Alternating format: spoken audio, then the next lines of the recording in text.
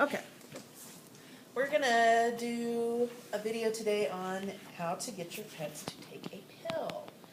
Um, Easiest way to do it is to hide it in something. We use sometimes the little pill pockets. Is there a bag of pill pockets up there? I'll grab it if there is. On top of the fridge. But if you don't have the pill pockets or your dog doesn't like them, you can start with any small, crunchy treat. Or actually, I like to use a cracker, break it up into little tiny pieces. And what you're gonna do is you're gonna make 3. You're gonna take something like peanut butter, squeezed cheese, soft cream cheese, something soft that you can hide it in. And we're gonna put a big old dollop on your something crunchy. You want it to be big enough to hide the pill in, but small enough that they can gulp it down without stopping to chew a whole lot. And these are actually a little harder than I would like for my guys. They'll have to chew them a little bit. So you do 2 dummies. You can aim pretty close up at these, Megan. And then you can do 1 with your pill in, which I'm using an empty gel cap right now because he's already had his pills for the day. But I'm going to cover that gel cap with squirt cheese and stick it on top of the crunchy pill. Okay, now what I need is, can you go grab me those Little Jack's pills, Amy? If you have 2 dogs, use one of your dogs for competition, and it goes down much, much better. So in this case, Robbie, the little one's going to be our competition dog, and Corey, the big one's going to be our pill dog. You don't have to use the same treats for both of them.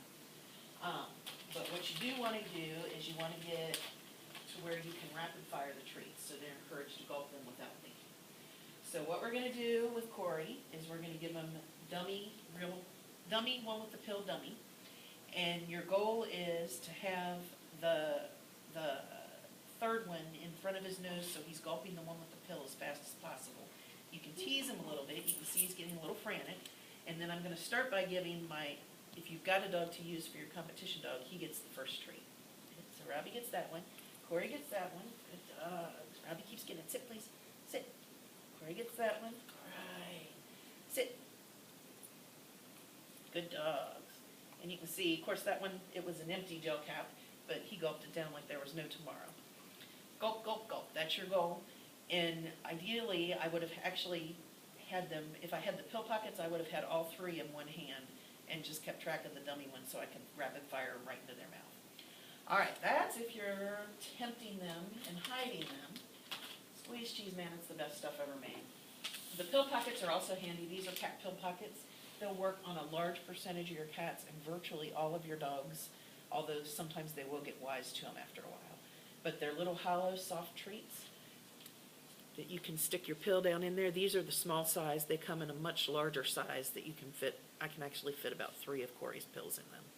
And you put them in there and squish it shut so that they will fit down. With kitties, the smaller the better. With dogs, small isn't so important. Come in several different flavors. The one thing I will say about these is you need to keep them really, really fresh, or they're not as soft and they don't hide the pills as well. Their little Ziploc baggie sucks. So I usually will fold it over several times and clamp it, and probably if you're only using it occasionally, not on an everyday basis, I put it in a Ziploc baggie as well. But those are handy things to have. Okay. If, here, Robert, you have a dog who won't take a pill like that for whatever reason, you can also, grab me another couple gel capsules. You can also just poke it down the throat. And you can do that with a little bit of squirt cheese or something on it, but I actually prefer to use a little bit of butter. Makes it slippery, makes it go down a little bit better, and camouflages the flavor a little bit. But since I don't have butter today, I'm going to put a little squirt cheese on it. Sit, please. Sit. So you can just tip the head up. Use your middle finger to pull the bottom jaw down over the tongue. Push it all the way back. Hold the mouth shut till you see them lick their lips. Bingo. You can also use a pill gun, which is a handy dandy little thing, and you can still use the butter on this if you need to. You stick your little pill on the pill gun. Robbie says, oh no. Same thing. Tip your jaw up, slide it back over, push it down, and it just keeps your fingers away, lets you get it in a little bit deeper. I really like this for cats. I don't use it that often on my dogs, but I like it for cats.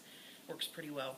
The only problem we have with these is if the pill's too small, Sometimes it doesn't eject it as well. So you have to watch with that a little bit. But they're handy dandy things. We sell them here for what, $3, something like that. Pretty cheap. All right, Beetle. Don't bring Abby. She already hates me. Bring Beetle. We'll show you how to do it. It's basically the same procedure with a cat. With a cat, sometimes cats will have a tendency to have pills get lodged in their esophagus. So ideally, you want to always put a little butter on it or follow up with a little bit of water in a syringe, or you can put it in like an eyedropper. If you have 2 people, that's fabulous. It makes your life easier because one person can hold. The key is get them up off the ground. You can see we've got them on a countertop. Washer or dryer works well. If you've got a person to hold, they can watch the front claws if you've got any. And we're going to do the same thing basically. Tip the head back, push the mouth open. You can see it's not quite as easy with the kitty, but down over the throat with the pill gun. Bingo. Easy as pie. And then a little bit of squirt cheese to make up for the trauma, maybe worthwhile. Yeah, maybe I'll take some. Now, a couple of other tips. If you're doing this for something like heartworm pills, where they don't get them all the time, make your life easy so they don't get suspicious. Do your little three pill process. If you're doing it for a heartworm pill, they get once a month. Do that once a week.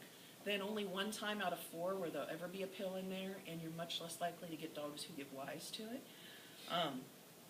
And you can do the same thing even if they're getting pills at home. You don't want to give them so much that it's not a special treat anymore, or that they start gaining weight.